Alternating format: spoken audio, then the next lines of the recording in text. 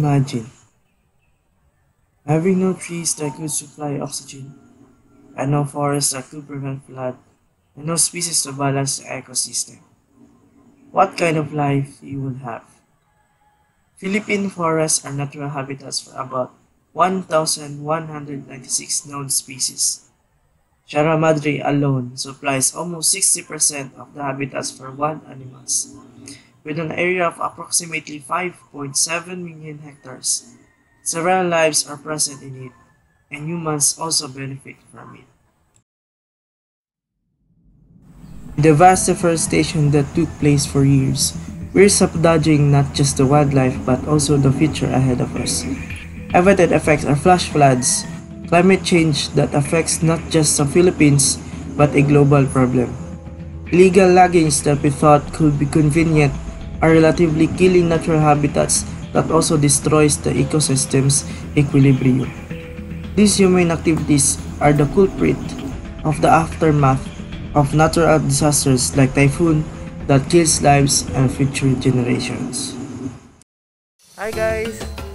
Dito pa rin tayo sa aming lugar. So, fun fact lang sa aming lugar. Itong mga number na ito. Okay. Makikita nyo.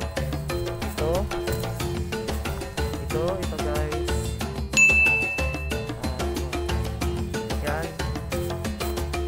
Yan, nakalagay 669. So, yan, sabi ng taga-DNR na tatay ng pagkilala ko dati, itong mga number na ito ay sobrang importante kasi either itong mga punong ito is for the government property or sa private property. So, itong mga number na to, either sila ay masasali sa RIPRAP na proyekto ng gobyerno for riverbanks to maintain the flood, or either mas stay sila dito kung saan sila nakalagay. So, yan guys, ito daming mga puno dito sa amin na may numero na nakalagay.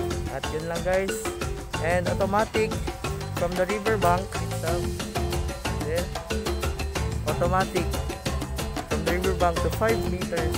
Automatic sa gobyerno yan na property. So, yan lang guys. So, maglalakad na tayo.